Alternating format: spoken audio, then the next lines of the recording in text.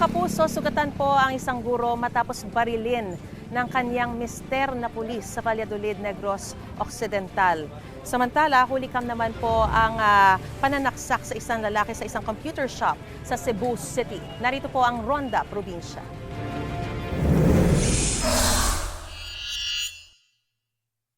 Sa kuha ng CCTV ng isang computer shop sa barangay San Nicolas, Cebu City, makikita ang paglapit ng lalaking yan sa isa pang lalaki na nakaupo.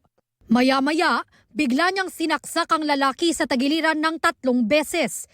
Tumakas ang suspect matapos ang krimen. Sa follow-up operation ng mga pulis, naaresto ang suspect. Base sa investigasyon, napagkamalan daw ng suspect na police asset ang biktima na dahilan ng pagkakulong niya noon sa kaso ng illegal na pagsusugal. According to our source, hindi siya actually magkakilala. Napagkamalan lang siyang police assets. Arrested po natin yung suspect and yung ating victim ay nabigyan naman po ng medical attention and stable condition na po siya. Inamin ng suspect ang pananaksak at nagsisisi raw siya. Ano, pasahilo na niya. Nagbasol ka?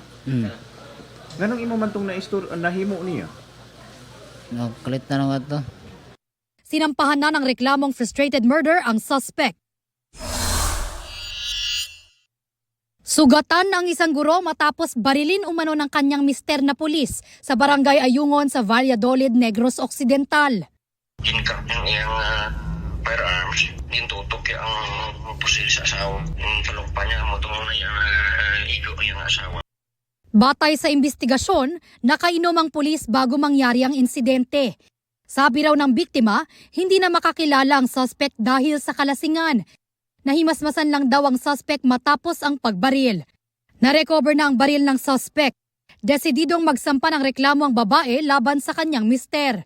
Wala pang pahayag ang suspect na nasa kustodiya na ng pulisya. Ito ang unang balita. Bea Pinlac para sa GMA Integrated News.